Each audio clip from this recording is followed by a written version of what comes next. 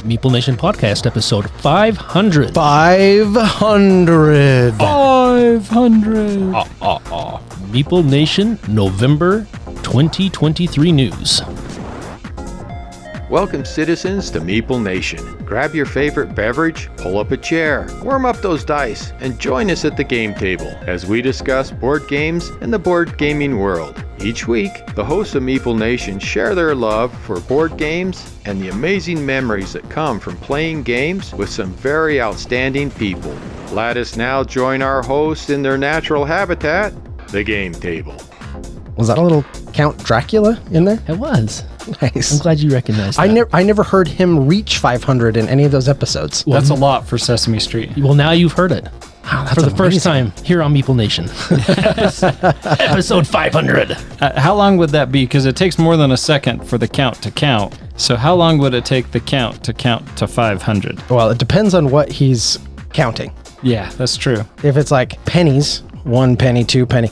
Now, if it's like 1 supercalifragilisticexpialidocious, 2 super, then it's going to take a lot longer. One episode of Meeple Nation. Still faster than us. Still faster than us. We are how many years going to get to 500? We're headed to 10 years. Doug and I were talking about that just briefly before you showed up. Looking at my milestone dates, I talked about my game group that we're part of now, beginning back in 1997. So 26 years. Wow. That's the year I graduated high school. Yeah, I'm old. I was going to say, you're both old. Wow. Yeah, but Meeple Nation began in May of 2014, end of May, 1st of June, 150 days plus into year 9. Pretty exciting stuff. The Meeple Nation podcast is sponsored by Game Toppers LLC. Go check them out at GameToppersLLC.com. Don't forget that part. Now, when this episode drops, they should be right smack dab in the middle of their 4.0 Kickstarter. And I am super excited. So this should give you access to pretty much everything in their catalog. If you just need an awesome topper to go on an existing table, they've got what you need. You need a full table solution. They definitely have what you need. You get a topper, you throw a leg kit on it. They've got dining room covers. They've got all kinds of accessories to go with it. This is military grade aluminum, and they have the best mats on the market. Over 3 millimeters thick. They've got a stitched edge and have the industry's very best art. No question there. And the art is so vibrant on those mats. I mean, the new Wingspan mat, the new Train, the Western Legends map, the Rome mat, all very vibrant. I'm always excited. I think, wow, this mat is just amazing. And then the next Kickstarter, there's some new mats that are just amazing. Yeah. You know what? When I was a kid, all the little commercials, when I'd watch like Saturday morning cartoons, it was like usually for like G.I. Joes or something like that. But there was always that deep voice that would be like, collect them all. And every time I look at the mats for Game Toppers, that's the voice I have in the back of my head, like, collect them all.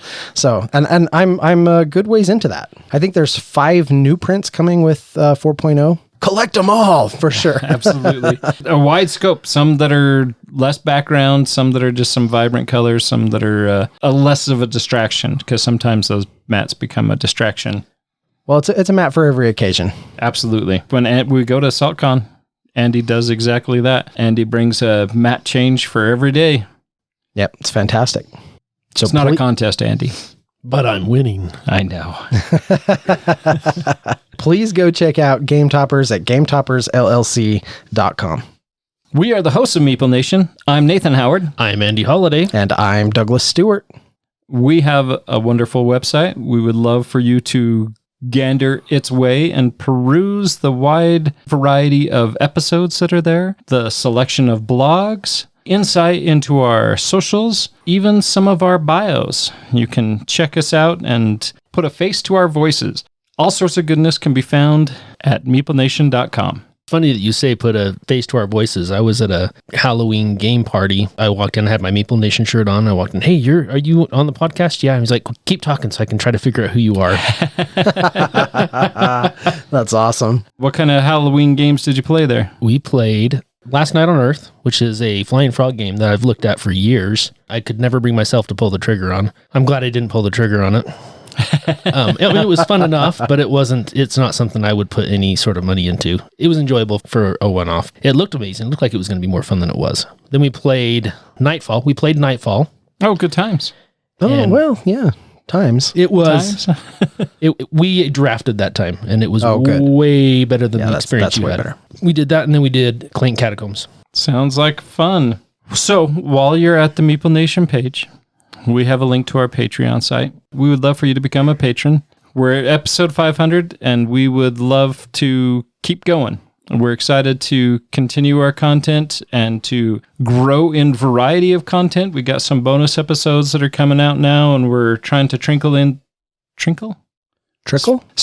in some extra bonus content in there as well, and all those will be available to our patrons. We love our patrons, and we are so appreciative of their support. And if you too would like to become a patron, wander on over to meeplenation.com. There at the top of that webpage, you can find a link. All right, before we dive into the meat of our news episode, let's talk about a few game highlights that we've had for this week. Highlights are always fun. They are. They're fun making those highlights. Indeed. That's my favorite part. This week, I convinced my wife to play a game with me, which anymore, that is a feat in and of itself. Not only did I get to get her to play a game with me, I got her to play it twice. Oh, good times. Wow. That being said, it was Fantasy Realms, so it wasn't very fast. Teach me your ways. Well, and she beat me both times. So maybe the fact that she beat me the first time made it a little easier to convince her to play again. And I just am terrible at Fantasy Realms anyway. Yes, you are. I enjoy the game, but I don't think I think I've only won once, actually. Or that was the Marvel version, though. But the Marvel remix. Marvel remix. Yeah, well, we played that at the last SaltCon, and you did. So apparently, I need to get that one instead of Fantasy Realms. But anyway, it was fun. She had a good time. I think my wife's hard to read sometimes, but at least the fact that she was willing to play it twice made me at least somewhat optimistic that she had fun. I asked her if she had fun, and she's like, "Yeah, it was okay." Ooh, such high praise. Yeah, which for her, it was actually. So she said that after your first date too. So that's true. So here we are, 21 years later. That's awesome. So which version of this were you playing? Was it the old version or the new deluxe version? The old version. The old version that someone left at my house. Don't know who left it at my house, but someone left it there, so that's what we played. Oh, Merry Christmas. Yeah. Is it mine? It might be. If it is, you can probably just keep it since I have the deluxe version, and you might want to take the expansion with it. I like Fantasy Realms. It is a very solid game, and I always have a good time teaching it to new players. It's very easy to teach, yeah. Makes the game very accessible, and there is a challenge to it. Replayability with it, which is very nice. Well, and a fun puzzle to solve, right? Trying to create the most efficient hand possible is always good times. You mean it's solvable? Whoa. Well, not necessarily solvable, but it's the pursuit. Gotcha. Journey before destination, as the old Brandon Sanderson would say. The other night, I got the opportunity to play some older games with our group here. And Andy, you weren't there, I don't think. I can't remember. Doug, were you and Lydia there for Corsari? No, we left right before that. Okay, so we got the chance to play Corsari. And Corsari is from 2003, and it was an old pirate rummy game. 10 suits with 11 colors. No. 10 suits with 11 numbers in them, and you're trying to create a crew. Will consist of 2 colors, and then whatever is in the top of the tavern will be your prisoners. Everybody else is a stowaway on your ship. You want to end the game with the least amount of stowaways. And the game ends when somebody reaches 100 points in their stowaways. This game has been revamped into a really, really lame version called I Go, which took out all the theme. Why would you do that? I don't know. I get that the theme has nothing to do with the actual mechanisms of just, whittling down your hand and trying to get stuff gone. But the theme was so fun, and so was the artwork. And I haven't checked. It might be because it's a new publisher, and so the publisher didn't want to pay the royalties for that artwork. I Go is a plain, boring rummy game. I mean, it's not a boring rummy game. It's just a rummy game. So you took out all that fun theme. A rummy game without pirates. Exactly. Which makes me sad. You take out all that fun theme. It's still a rummy game, but Corsari was the better version. It is an interesting phenomenon that happens in our brains, though, right? Like, it's all numbers on cards, but you put numbers and pirates on cards. It makes a big difference. It's a totally different experience. So much better. Yes. And then you put Star Wars on it, and it's even better. Wow. Whole order of magnitude Yeah. elevated. But Corsari has been a game that I've played for years and years. We got playing it later at the end of the night, close to the end of the night, new game. Introduced it to Greg and his daughter Anastasia. Then the next day, he's like, hey, can I get this game? I'm like, it's out of print. Sorry, bud. There was a website out there, had it, $50. So I'm like, if you want to pay $50 for 110 cards, Salvatore will tell you how much each card is and the value of that. But not worth it, in my opinion. So if you find it in a trade somewhere, pick up Corsari. And then the ironic thing, I was playing a game with my wife the next night, and I got a text from Brent, one of our emeritus hosts, sent me a text and say, hey, what was that rummy game with pirates that had 110 cards, 10 suits? And I was like, wow. Oddly enough, that's Corsari, and more oddly, I played that last night. Corsari, great game. I go, still a good game. Less fun, though. Less pirates. Arg. The game that I wanted to talk about, a game that both of you the opportunity to play with me. We played this at one of Andy's game nights, and this was Queen by Midnight. This game has a lot going for it, especially in its theme and its art style. It also has an incredibly cool clock tower that sits in the middle. Is amazing. It's awesome. Yeah. That clock tower is super cool. It's got these little wooden dial that you twist and the hands move around. And it's not only does the hand move, but it moves on both sides and it moves in like counter direction the way it's constructed. So it's really cool. And then you can drop the dice down. So it acts as a dice tower, which was super awesome. It sits on a Lazy Susan, so it can kind of rotate around the table. It really has some amazing table presence. The art on the game is really cool. I love the theme. These princesses, but not your Disney princesses, warlords and scoundrels, and really, really fun themes. They really leaned into that darker vibe on princesses, which I think worked really well for this game. From a visual and component perspective, this game's dynamite. It's really, really good. I know that we all have really strong opinions about player count, and this game, I think, is a prime example of why. Because we played at a full 6-player count, and it should not be played at a full 6-player count. Just because it can doesn't mean it should. Exactly. 100%. I'm thinking 4. 3 to 4. Yeah. 3 to 4, maybe. Right is probably that sweet spot. Probably play it some more to kind of narrow that down a little bit. But I think the game does some really cool things with deck building. Each character can purchase cards from the central bazaar if the card matches one of their 2 classes. So there's 3 classes in the game, and each princess is only 2 of those. So you have to match those up to buy cards. But each princess also has access to a unique archive of cards that only they can purchase. And then on top of that, you have some additional cards that unlock as the clock moves closer to midnight. They become more and more powerful, but one of those cards in particular was the ultimate ability. So each princess has like this ultimate, I'm just going to rip everyone to shreds kind of ability. Unfortunately, I don't think any of us actually got to use that. I did multiple times, actually. Oh, you did? Okay. Yeah. How do you feel like that? Well, you won. No, I should have won, but I put my faith in the wrong person. Oh, that's right. You put it in Logan instead of Doug. Yep. I shouldn't have put it in either one of you. Well, that's true, because if you just instead saved all your guile, you would have won. Yep, that's exactly hands right. Down. Yeah, yep. That's true. Anyway, I think there's some really fun combos and synergies that each character can kind of develop over time.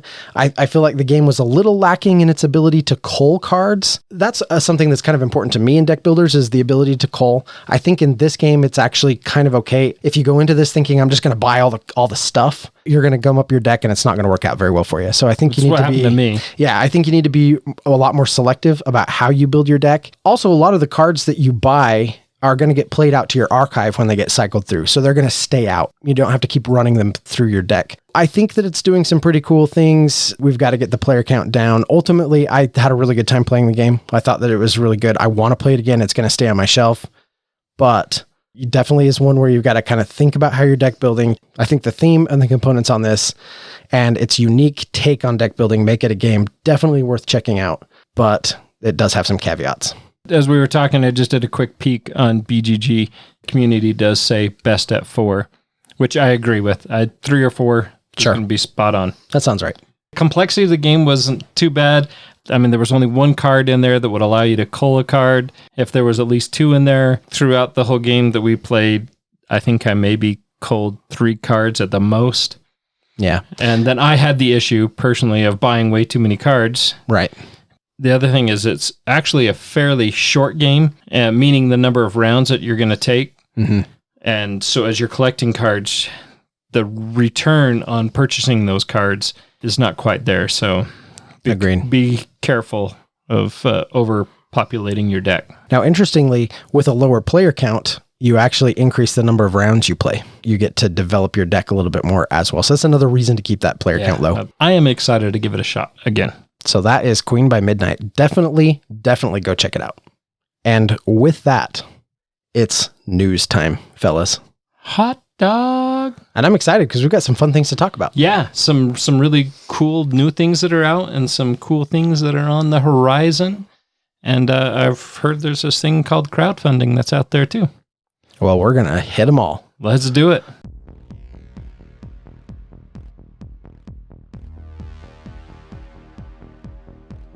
So first up, we've got new game releases. So these are some new releases. You should be able to go out and find these in the wild.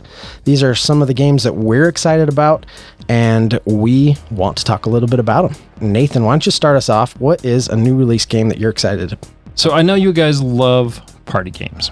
I feel the excitement right now with that deep sigh that you just took, Doug. I feel that excitement for party games. Mm-hmm. So this game, Station Fall, I've heard several people refer to it as a party game because it can play up to 9 people. When you get to that higher player count, a lot of times people just label it as a party game because it is definitely not a party game. Okay, I was gonna say, I have this pulled up, and I was about ready to just reach across and slap you a little bit because the weight on this is 3.86. Yeah, not there is a party no party game out there that has a weight of 3.86. Yeah, absolutely not, because it has large player count. People will say, okay, it's a party game. This is not a party game. It's on our shelf over there, looking to cut the seal on that and get it out. The station orbiting, and it is coming down. Well, logically, the gameplay is how do we prevent the space station from being destroyed? Not the object of the game whatsoever. The station is going to fall, and when it falls, that triggers the game end. So you have primary role and a secondary role. We just don't care about all care. People that it lands on. No, we just don't care. Okay. There's a target in the ocean. Maybe it'll land in the ocean. Maybe. We'll see. Wow. Trying to gain points by making certain conditions occur. So you could be playing cooperatively, you could be playing adversely to each other, one versus the rest, not in a standard one versus many forum. Would you possibly say semi-cooperative? I don't even think I'd classify it as semi-cooperative, but even semi-cooperative, I hate that expression anyways. Yeah, that's a real downer for me. There is only one winner in all the semi-cooperative games. Well, I guess not all, I haven't played them all, but the ones I've played, there's always only one winner. But this has a lot of interesting elements that I'm really excited to get to the table and explore. This party game called Station. Nice. And it is not a party game. Well, you've called it a party game. Therefore, you need to invite all the wives to try to play it. Yeah, definitely not. This is not one I'm ever going to try to teach my wife. Yeah, what did you say, 3.7? 3.86. 3.86. Yeah, definitely not going in front of my wife. That's awesome. Hey, one of the new releases that I was kind of excited about that I wanted to make mention of, I noticed that the Castles of Burgundy Special Edition is out. Now, there's probably some Kickstarter stuff that is not out, although I don't know that anything was Kickstarter exclusive, but you're going to probably pay a little bit more for a game that already cost quite a bit. Andy backed this, the Castles of Burgundy Special Edition put out by Awaken Realms.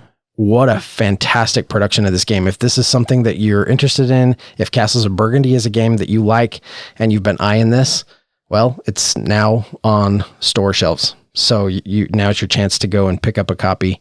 It is phenomenal. Which is so crazy because the original production, which is the copy I have, versus this new deluxe version. That old version was just so blah. Even Night by and day. even by normal board game standards, it was pretty blah. 100%. And to go from that to what Awakened Realms has done, wow. They have done a phenomenal job and made what was already a phenomenal game, because I've always loved this game, but it's one of those that just really, you look at the box and you're like, oh, that doesn't look very fun. Don't judge a book by its cover because the game's phenomenal. Well, now you can. Art is great. The components are fantastic. Everything's wonderful in the game, and it's one of my favorites. We need to get Awakened Realms to a remake of Attica. Why? No. See, what Andy just said was that the core game has to be good, and then you make an incredible skin over the top of it, and it achieves excellence. That's what I was going for. Yeah, that's why I brought up Attica. I'm not, sorry, I'm just not putting the pieces together. So, Because Attica is a phenomenal game. oh, that's where you lost me. Oh. Attica is an awesome game. At 2 players, maybe. Yes, maybe at 2 players. I'm going to talk about a lot of expansions that are new released. Some great expansions. Yeah, Awesome expansions. There hitting really are. The shelf, yeah. So the first one I want to talk about is for a game that I haven't particularly liked. I've only played it once, so it's one of those that I need to play again.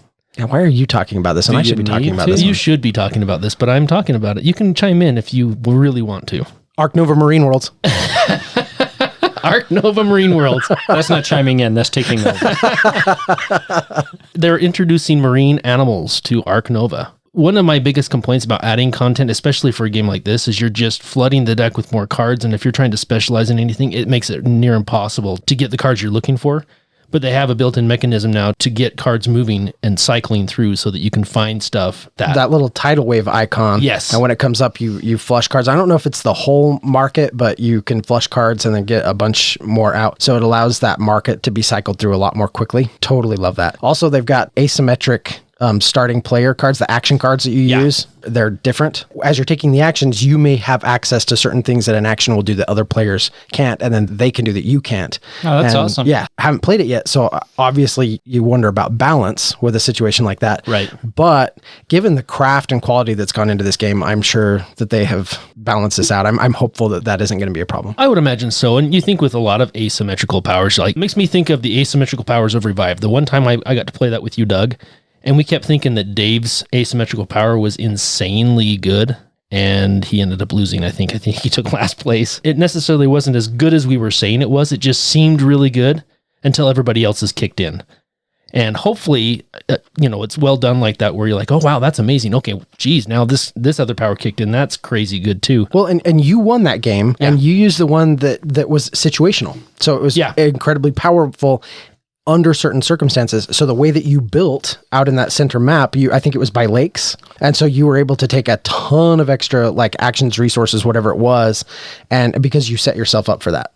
Yeah. And if you can pull it off, that's great. It seemed powerful because it happened regardless, right? With Dave's, I can't remember what it even was. Right. But his was occurring all the time. And I'm like, man, mine's kind of garbage right now. I have to build up to this thing, but it ended up paying off in the end. Dave's was like spend a certain resources wild, basically. Right. Given the following that Ark Nova has, I would imagine they've done a lot of playtesting and have balanced out those asymmetrical actions. Talking about Ark Nova actually has me a little bit excited to play Ark Nova, which is kind of funny because there's games out there that were really exciting at first as expansions have come out, have kind of flooded and killed a game. Yeah. Wingspan for me. I enjoyed Wingspan at the base. Oh, don't tell me the expansions have killed it for you, have they? Yeah, I really don't enjoy Wingspan at all anymore. Playing a game online. Okay, hang on. We got to stop and like unpack this a little bit. for me. Are you serious? Yeah, I don't like the game at all anymore. Wow, no, I firmly believe that the expansions made that game better. Do you? Do you want my copy? Well, I mean, sure. I got the nice nesting box and everything, but I totally think that's going on my coals. So what's your point? Are you saying that Ark Nova is going to do that? Like Ark Nova, I like how it's not stale. Comparing it to Wingspan is not necessarily a fair comparative because they are very different games. My feel for Wingspan has deflated, had the wind taken out from under my wings.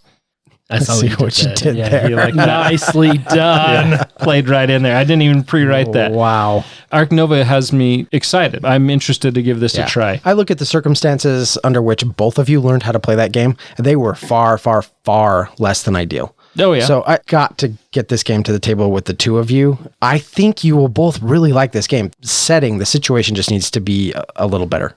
Lower player count, and without some players that struggle from analysis paralysis or who know it like the back of their hand and have every card memorized. Yeah. Now, I think you remove both of those, and even going to Terraforming Mars again, I think Andy would have a much different experience with the three of us, as opposed to, we're not going to mention Dave's name. So that was me talking about Ark Nova Marine Worlds. What else you got, Andy? I hope it's an expansion I can take over.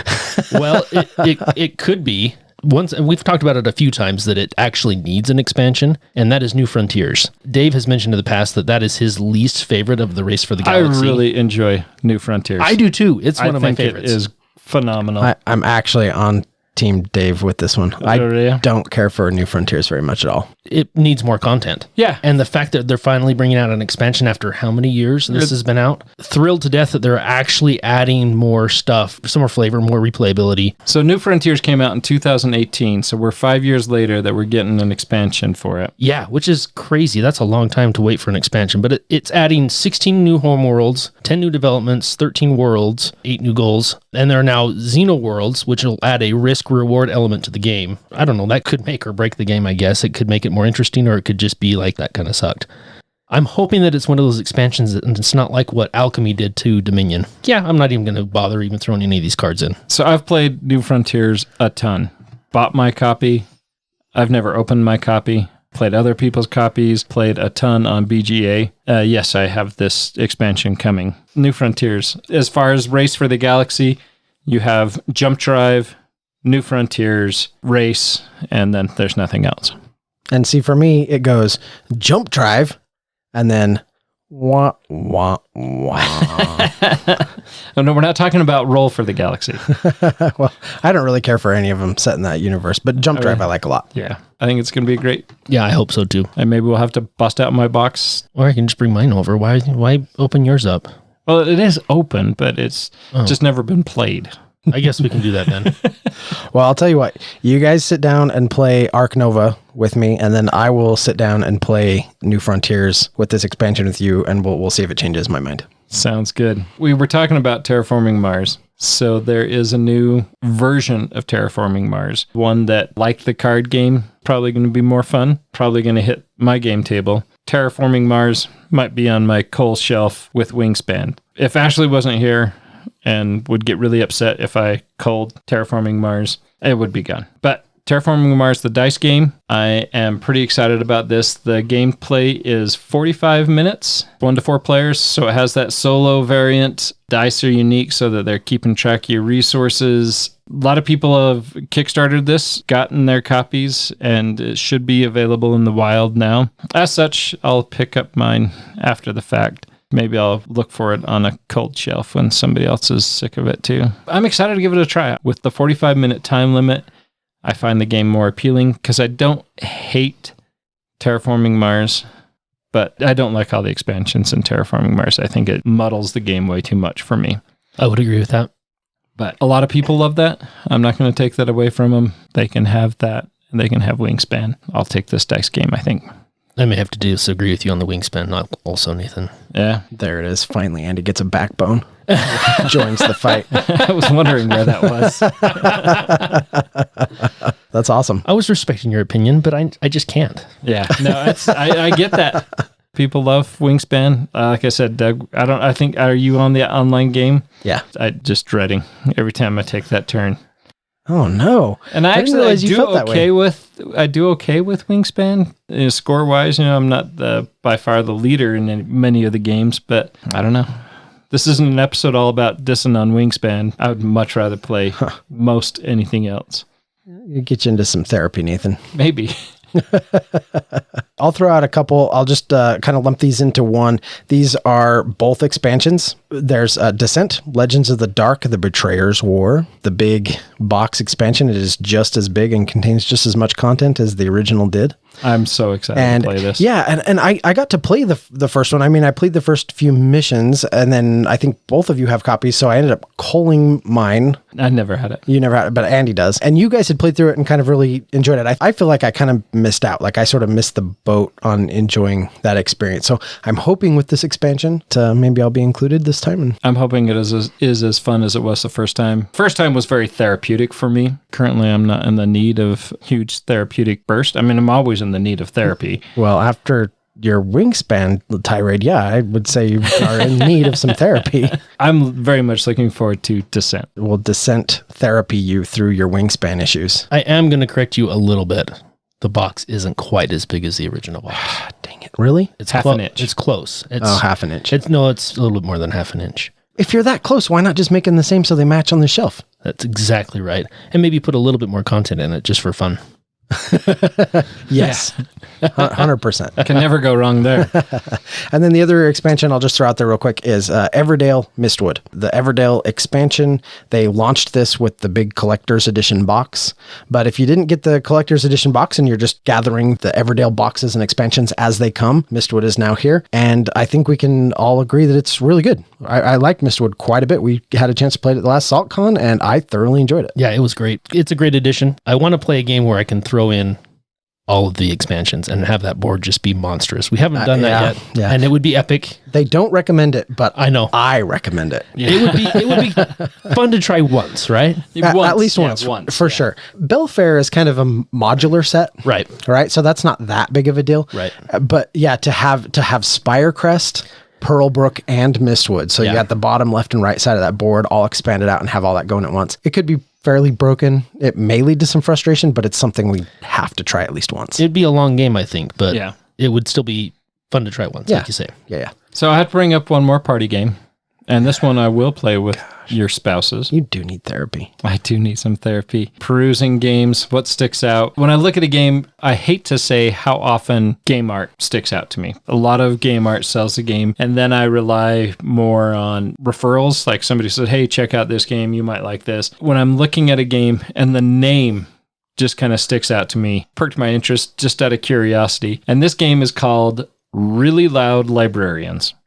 Which is interesting that you mention art, because this box art is boring. Wow. It is. It's terrible. Well, I wouldn't say it's terrible. Sorry, artist. But yeah, no, it is boring. But it was the name, right? The name popped out, and I'm like, oh, that sounds kind of interesting. What's this all about? It's a 2 to 12 player game. This is a party game, and no air quotes needed, even though I with a weight of 1. A weight, not a rating, a weight of 1. 15 to 20 minutes. So definitely a party all game. Party game elements. It's a think fast, not hard, in this merciless word-shouting board game. This is not something that is going to be a quiet night at the table. Bryce Con written all over on it at 2 a.m. Merciless word shouting. Yes. Yes, it does, really. And so I think this is going to be a great pickup for 1 to 2 occasions a year. And I think it's going to be fun. This is one you need to invite my daughter Sierra to play so that maybe no one would hear her. Maybe you could actually hear her. If she's trying to shout, maybe it will be the same volume as everybody's normal speech. Maybe. I don't even think then. That kid hurts my concentration. When I love your daughter, and I love having conversations with her, but I really have to focus. I already have a hard time hearing when I'm talking to her. I mean, it's like I have to make eye contact, and I have to be in her bubble. Yeah, to hear her voice. You have to watch her mouth because there's a little bit of lip reading involved. All that aside, I think Sierra would have a hoot playing this, and I think she'd be a blast to play with. Lydia would love it. Dave's wife, Adrian, would love it. I think this sounds incredibly fun to watch. I knew you were going to say that. Yeah. I don't know. At 10 to 15 minutes, I'd probably give this one a shot. I'm pretty sure you're going to get the opportunity. I haven't checked to see if it's available yet. It's one that I'm going to seek after. But that's Really Loud Librarians, a fun off-the-wall game. I've got another expansion to talk about because I'm full of expansions apparently today. And that is for Lord of the Rings, the card game. The Two Tower Saga expansion. Oh my gosh, he did it again. The Two Tower Saga expansion. Ha. You got it. Nailed it. Thank you. First try. First try. This is a game I need to play. I own this game, and yet I have not played it yet. Yeah, it's really good. I really need to get it to the table. You've played it? Yeah. Okay, then good. You can teach me. This is the Lord of the Rings LCG. Yeah, exactly. Mm-hmm. Good. Then you can teach me how to play it. So this game has been out for a very, very long time, and they have a ton of expansion content for it. A ton. So what they're doing is they're going back through and they're repackaging all of these in a condensed format. The living card game model for them was got a new pack of cards once a month. They're doing with these is they're taking big groups of those packs of cards and putting them in one big expansion. So you can kind of digest that whole story. 6 to 8 months of expansion releases. That's all condensed into one box. So what you're saying, it was worth it to wait until it was all out so that you can get the whole experience all at once. Oh, I think so. Fantasy Flight LCGs, tracking down all the little packs and everything over the years for Arkham Horror was a nightmare. They've actually kind of gotten away from even calling them living card games. They're just the card game because they're not really living anymore. But the new release model is so much better. Yeah, that sounds way better than trying to track down cards that you want to be able to experience and have that part of your gameplay. Yeah, for sure. So anyway, this is one that would be fun to get because it would be fun to learn how to play this game, Doug. Yeah, it's real good. And I think it's a really good two-player. I played a lot solo, but it is, I think, a really good two-player experience. Especially some of the card mechanics really lead into having two players and help each other out with your decks. So that's awesome. The last one that I wanted to make mention of real quick is Revive. Call of the Abyss. Nice. I was waiting for it. Were you? Yep. Yes. So Revive, you kind of talked a little bit about this one earlier. This is a game that I absolutely love. One of my new favorite games. So this one has a place of honor on my game shelf. I love Revive. I think it's a fantastic game. It is a great game. In fact, this is one that you need to start bringing to Friday night game nights more often because I've only gotten a chance to play it once, and I want to try some of the other asymmetrical abilities from the other different races that we're playing, right? Yep. Different nations. Anyway, I need to try some of the other asymmetrical parts of that game and elements of that game. Yeah, 100%. Okay, so Revive has a 5-part campaign mode. No kidding. With unlockable new stuff. Did you just say campaign? Way cool. Yeah. But only 5 games, right? So it's a doable campaign. Yeah. Oh, for sure. Do that on a Thursday night. I love it. Yeah, let's do it. Greg's not here next week. You're going to be gone. Sounds like it's a date. Oh yeah, I'm going to be gone. Well, next time. All right. We'll get him next time. But this is an expansion for Revive. This is Call of the Abyss. It introduces new life forms, some new factions that you were talking about to play the formation of giant lakes. I'm really excited about this. Everything here looks real good. The art style looks very consistent, and it looks like it's a really nice evolution of the base Revive system with some new mechanisms and components that look great. So I'm super excited about it. That's awesome. Sounds fun. What about some new game announcements? I think we've got a fair few of those to talk about today as well. We do have several of those. So one that's on the top of my list is Voidfall. Backers are getting a lot of those, and we have a copy somewhere in this room that we're anxious to get to the table. It's hard to miss. It's a really big box. It's just a paperweight. Complexity, the weight on this game, 4.58. Oof. So this is going to be a beefy game. No kidding. Yeah, 4.58. This is a 4X game. So Yes, is this a party game? No, is it a party game? No. So it is 4X. So that's explore, exploit,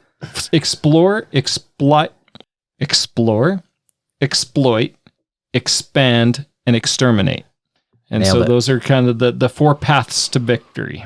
So you're going to explore the world, you're going to exploit resources, you're going to eliminate another player, or you're going to whatever the other X that I forgot. Very complex game, but this is going to be something that I'm very excited, and they tout that it's a very Euro-heavy game. I'm going to open it up, and I'm going to probably start trying it solo, see how we go. I'm just really excited because it looks great, and I don't have to learn the rules. Sounds like you're going to do that for us. Maybe. Nope, not maybe. I need a commitment. I need a commitment right after G.I. Joe. Oh, sad. Come on. No, I do want to learn it. I do want to play it. I'm very excited to play it. So did you buy Power Rangers already then? So I could learn how to play G.I. Joe. Yeah, that's and fine. Every other Renegade game, yes. Sweet. I didn't realize you bought it. Yeah. Awesome. No, I did buy it. Dang it. But I need to, so I can learn the other things. On that side note, I have been going over my G.I. Joe core book again. Yes. Good. Good. But anyways, Voidfall, very excited to get this to the table. 4.58. That is huge on the complexity, on the weight scale. And huge on the table. And huge on the table. But it's already, so this is a game that just came out, it's already 889th, which is actually very high. For a new game that's that heavy and this big to come out and debut anywhere really on the top 1,000, you're not a slacker if you're debuting in the top 1,000. So it's already doing well. I imagine that it will climb quickly. And right now it has an 8.7 rating. This one looks pretty good. I'm excited about it. So another one I'm excited about is not a weight of 4.85, 3.21, and that is the Rats of Wistar. 1 to 4 players, best with 4. Designed by Simone Luciani and Danilo Sabia, published by Cranial Creations. And you play a role of 1 of 4 rats that have all recently escaped from the famous Wistar Institute. And you're leading your family to prove that you are the most deserving rat to lead the entire colony.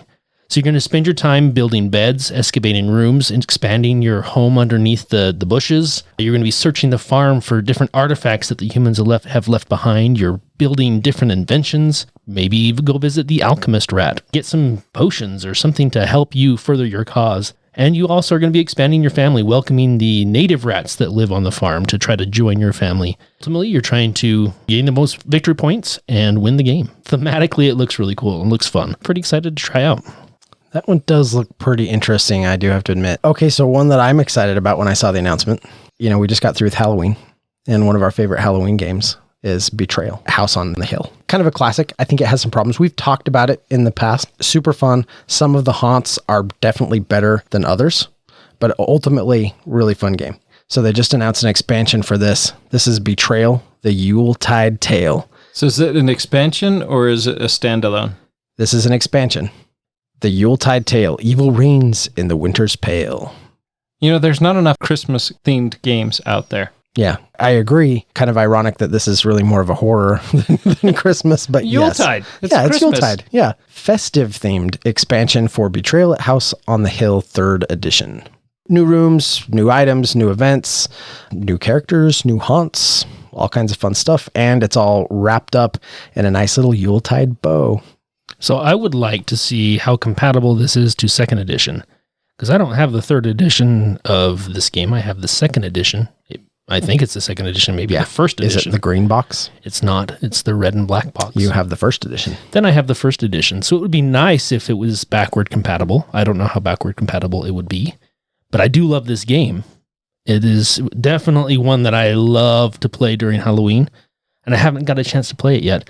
And the base game is so much better than the legacy game, in my opinion. I know that may be blasphemy for some people, but I very much enjoyed the base game rather than legacy. I think I did too. It was one of those legacy games that just kind of didn't excite. Well, every time we played it, I came away with I wish we would have played Betrayal at House on the Hill instead of Betrayal Legacy. Yeah. Every time. It's one I'm excited to play every time, so I'm really hoping that I can buy this and it'll still work. But if it doesn't, I should find out before I buy it, I guess. No, just go for it. Just go for it. And then just buy 3rd edition, because there you go. It's just money. So I want to talk about another party game, because it goes up to 6 people. Today's episode is brought to you by It's Not Really a Party Game. But anyways, Age of Wonders Planetfall, a remake of video game. The heyday of the Star Union has come to an end, setting off massive gravity bombs designed to create spatial rifts to new worlds. What's left behind is where the game is all about. You're a commander of one of 6 surviving groups. Go out, explore once abandoned parts of the Star Union. Your expedition will explore 7 planets, all about exploring. I think, and not just because it's a space-themed game, but I think this looks pretty cool. It's a 20 to 40-minute game, pretty simple. So maybe it is a party game. I don't know. Station Fall has me all befuddled onto what is classified as a party game anymore. Oh, man, Nathan. You're talking about Station Fall, and then you talk about Really Loud Librarians, which is like a weight of 1, and then you go clear up to Voidfall, and then you come down to this one. I'm all over the spectrum I'm today. getting whiplash. Yeah. But I think this game looks pretty cool. I think it looks fun. I was told by Richie that I need to have more filler games in my game collection. I don't think he's wrong. I tend to like the longer games, or at least used to, more so than I do now, but I'm leaning in more to the quick 20-minute, 30-minute games that are not party games. Next one I'm going to talk about fits that category, and it actually sounds really interesting. It's a cooperative game. We already talked about Voidfall. I know. It's not that. Oh, okay. This has a weight of 2. So it's definitely not Voidfall, and it takes 30 minutes to play. AI space puzzle. So it's space themed, Nathan. You got me. I'm in. I already have one player on board with me, but it's a cooperative game. Players take on the role of distressed AI and astronauts. And the goal of the game is for the astronauts to reach the correct rooms with the correct security keys. And while playing, you create a shared communication system, and you have to figure that out as you go. So the AI player is going to use various tokens to convey the required combination of colors and pawns. And the meaning of the tokens, the players just decide, okay, this is what it means. This is what the AI is trying to tell us. And you're building that communication while you're playing the game. Sounds interesting. And each game utilizes a different scenario from the scenario book. So it's going to change every time. There's deduction. You're trying to deduce what the AI is trying to tell you, while the player that's playing the AI is giving clues and listening to the conversation and trying to push that communication in order to help the astronauts make their journey home. Each scenario contains new challenges with increasing difficulty, and it just sounds kind of an interesting game. And the fact that you can play it in just a 30-minute time frame, I really like that idea. This does look kind of cool. I'm thumbing through some of the images for it right now, and it looks like each game is kind of poised to give you a fairly unique experience. I like this, actually. This looks pretty cool. Yeah, it's definitely one I would love to pick up once it comes out. Yeah, I like that. Start rounding out those filler game. Because my filler games are like, I have 2 that we go to, maybe 3. And it would be nice to have maybe a little wider variety. I think you have several on your shelf. You just don't like fun games. I think a lot of them are on Amara and Sierra's personal gaming shelves. That's probably true. Well, one that I am just kind of giddy about, if I'm being totally honest. You've heard me talk a lot about Undaunted on the podcast. I love Undaunted. I love the entire series. So there was Undaunted Normandy, and then Undaunted North Africa that introduced jeeps and tanks. And then they have Stalingrad, really awesome campaign style, killing off certain cards and upgrading certain cards. And you play over this really great campaign. Then they had Battle of Britain, which is all aerial.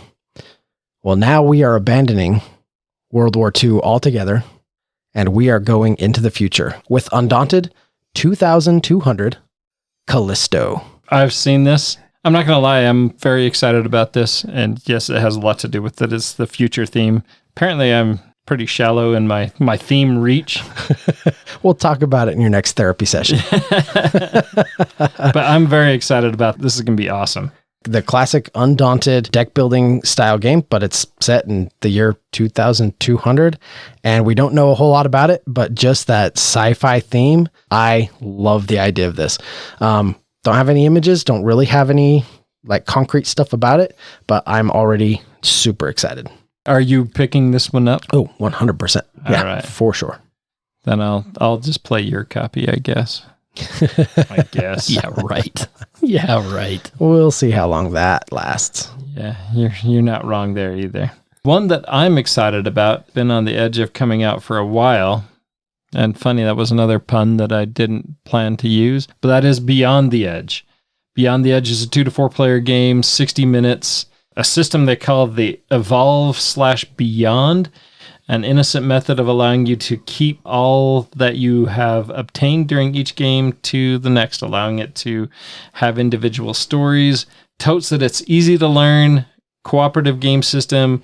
This game appeals to me a lot. All trigger words for you. All trigger words, and, yes. and especially this theme again. Like you're just kind of a one-trick pony here, but this is another space-themed game. Beyond the Edge. Yeah, this looks pretty interesting. Okay, so one more that I want to make mention of. I love Silver and Gold. Silver and Gold's fantastic little roll and write title. I'm excited about this. I think it belongs on everybody's shelf. It was actually on my list of games that should belong on everybody's shelf. I can't remember what episode that was. It was a little while back. I even have multiple copies so I can combine them for higher player counts. They have just announced Silver and Gold Pyramids, which looks like they've kind of taken that same system and elevated it quite a bit. So it's very similar, but it looks like you're going to have a lot more icons you can scratch off to get better combos, and some really fun theme and art for this game. This looks really good, and I love Silver and Gold, so I can't wait for this. I love Silver and Gold too. So the fact that they're coming out with the new one, and I don't own this, and I should, and it's a great filler game like we were just talking about. Maybe I'll pick this one up instead of the base game or the regular Silver and Gold game. But honestly, you can't go wrong with either one, it looks like. Yeah. Silver and Gold is such a great game. Fantastic. Hey, for anybody who's a fan of Seven Wonders, and in particular Seven Wonders Architects, looks like there's a new Seven Wonders Architects Medals expansion coming out, which adds some new wonders, a few other little things, the medals system, as well as it looks like it revises the science in the game a little bit. And then if anybody is a big fan of Canopy, which I don't think this is one you guys have played, but I have it on my shelf. Me and my wife play it from time to time. Canopy's a great little card drafting game where you're building out a forest and you got to build your trees up and then you cap them off. And Maybe I have played this. This is sounding very familiar. I think we've played this at SaltCon before, but it's really good. Canopy Evergreen. So this is a standalone title. It is not an expansion for Canopy. This is just a new version of it that looks like they're evolving that system and doing some new fun things with it. If you enjoyed Canopy, definitely keep an eye out for Canopy Evergreen.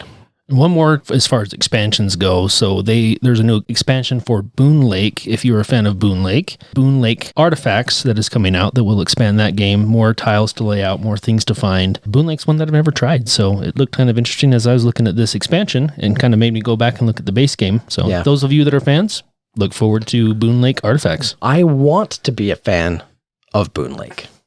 I'm a future fan of Boon Lake. You could be a fan now. So maybe this is a future expansion for me. Ooh. Yeah. I like it. So maybe I shouldn't have culled my copy of Boon Lake. Did you have a copy? Yeah. You got rid of it? Yep. Wow. In and out, just like that. Just like that. Did you open it? Yeah. I think we played it once. Corey did that. Did you not like it? Apparently not enough to keep it. All right. Maybe I don't want to be a fan of Boon Lake then. No, I actually really do. Okay. Well, that being said, we'll just have Nathan buy another copy. It's maybe that's a good idea. Well, let's move on to some crowdfunding stuff. What have we got as coming up on the crowdfunding front? Well, some good stuff for certain. I wanted to just, I'll start us off here by just mentioning, we've talked about it before, but Dreamscape should be launching soon. This is the Cthulhu themed, it's basically an RPG for one player. You are basically stuck in a dream and you have to break your way out of it. When this episode is live, this campaign will be live. If that sounds interesting to you, check that out. We've talked about it in the past, so I won't go into it a lot. Now is the time. I was looking at crowdfunding. The first one that stood out to me, Horizon Forbidden West, Seeds of Rebellion. And in this, the machines have taken over the world and humans have now digressed into pre-industrial tribes. But yet the seeds of rebellion have been sown within the human tribes and they are fighting back. Post-apocalyptic cooperative game. 1 to 4 players. You take on 1 to 4 players would my gosh, I feel like Nathan right now. Good heavens. I don't get it. 1 to 4 players will take players to the Forbidden West. A rebellion is fermenting in the dark corners of this mysterious frontier. It aims to shatter the hard-won, fragile peace between the Teneth clans. You and your fellow marshals must uncover, investigate, and fight this threat before unnecessary blood is shed, and the fate of the clan lands is changed for generations to come. Along the way, you'll explore the vibrant world, earn powerful equipment, and undertake life-or-death quests, testing your skills against the ever-present menace, the deadly, ever-evolving machines. I love post-apocalyptic themes anyway, but this sounds really cool. And it almost sounds like a dungeon crawl. Almost does. Close enough. Close enough for me to maybe want to go more than just dip my toe in. So one I am excited about, makes me regret calling my Perseverance episodes 1 and 2, is Perseverance Castaway Chronicles episodes 3 and 4. This game I enjoyed, but again, same thing like with Boon Lake, I didn't enjoy it enough to keep. I feel like this game really overpromised. I think that's probably why it ended up being cold. I think the chapter 2 of that first box was probably better than the chapter 1, but boy, unless they've made some really significant changes to this chapter 3 and 4, I don't know that this is going to be for me. Yeah, but I'm intrigued. I will gladly play somebody else's copy once. All right. That's awesome. One that grabbed me, Starlock. You can go just follow the campaign. We don't know when it's going to launch. This is by Den of Imagination. You find yourself on a desolate and treacherous world, marooned and fighting for your life in the grim reality of alien incarceration. Your ultimate goal is clear: survive. Yet achieving this feat demands cunning strategy, resourcefulness, and the ambition to outlast your rivals. So this looks very similar. The feel and vibe I get from this is a little bit sort of Wasteland Express-y. The Mad Max space meets that post-apocalyptic setting. This is one that I'm just going to click the follow button on, and when more information is available, check out. But if that sounds like a fun theme for you, then maybe it's one you want to go check out as well. So Doug, you introduced me to Arkham Horror, the card game. Yes, I did. Which is a customizable cooperative card game. The best game ever made. Yes. Yep, I know which one you're talking about. So there's another customizable cooperative card game that has been announced, and that's Earthborn Rangers. I backed it. You did? I did. In fact, I actually expected that my copy would be here by now. Oh, wow. Good for you. Why is this why do I have this on the... Because they did... No, you're good, because this is the reprint with expansions. That's right. So they are reprinting this with new expansions. And now, did you get the option to go in and get the expansion for this too? Did the original campaign on this. Now, this is something that bothers me. We're already hearing about expansions for a game that hasn't even fulfilled yet. Right.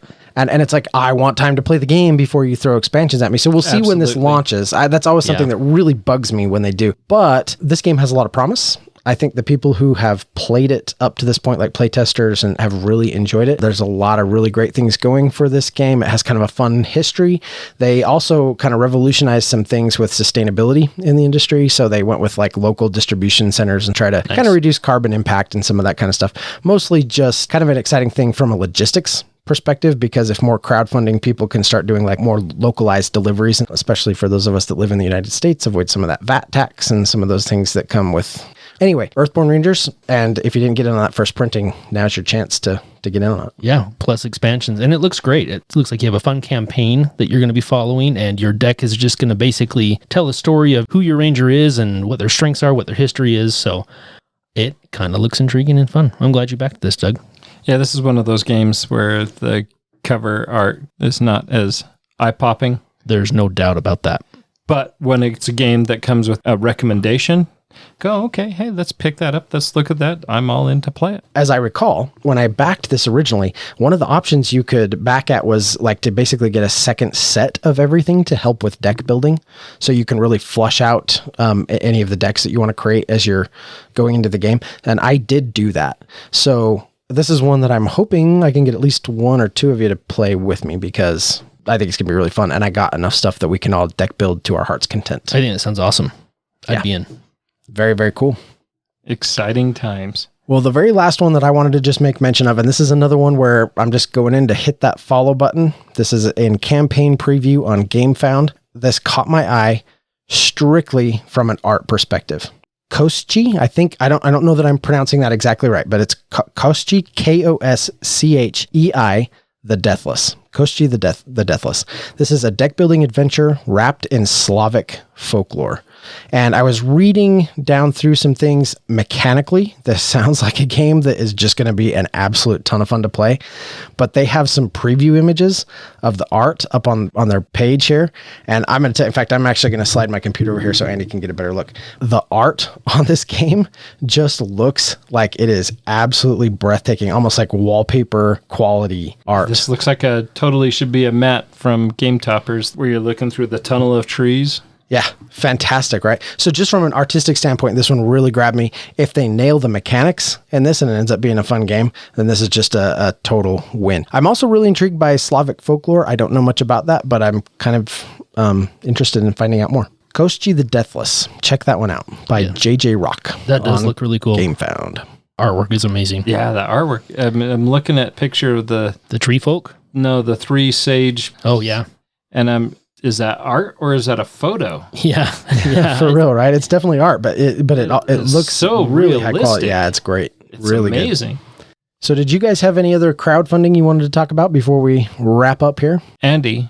Yeah. Talking new releases, we didn't get to talk about Marvel's Zombies, X-Men. Yeah. I kind of glazed over that.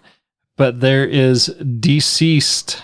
Yes. Zombicide game. We have to talk about that for sure. We do. That looks pretty darn cool. I'm excited. You guys both got the chance to play Marvel Zombies with Brian. I felt bad that I missed out on that experience because I had a blast playing Zombicide as the presidents. I'm interested to see how the Marvel one went, and now you have the X-Men. But this DC Zombicide has me a little bit intrigued. DC has a wide scope of characters, and Marvel does too. You go from Batman to Superman, keystone figures in the DC universe, and very, very different abilities. And then if they both became feral and zombicided?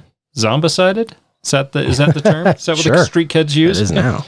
I'm excited to see how they're going to include those. Yeah, especially with Batman being the brain. He's the one that comes up with the plan. What happens when he turns into a zombie? I mean, does that go away, really? Or is we going to have an intelligent zombie? In the Marvel universe, you have Hulk and Banner combine their powers, and you have a smart Hulk. We have a smart zombie, a planner zombie that can actually... As long as he can still throw batarangs, I'm kind of good with it. It sounds fun. I saw this coming out. It made me think of Doug, because I know, Doug, you're a much bigger fan of the DC universe than you are Marvel. Yeah, by quite a bit. So growing up reading comic books, I was way more into the DC stuff than I ever was the Marvel. I think the DC universe just sung to me a lot more. I think that the themes come out a little more true. The stories are a little more mature, not adult, but mature. A little darker at times. Yeah, you can definitely dive into that, especially as a longtime Batman reader. But also some of my favorite stories were like the Batman, Superman comics. Yeah, as a lifelong reader, I am very, very excited to be seeing DC coming to the Zombicide universe. I'm interested, for sure.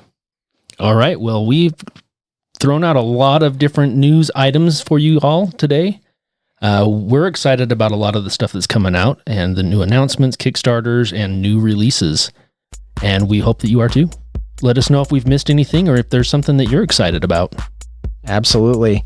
Thank you so much for being listeners. We are excited to hit this kind of 500 episode milestone. We hope that you'll be with us for another 500 episodes.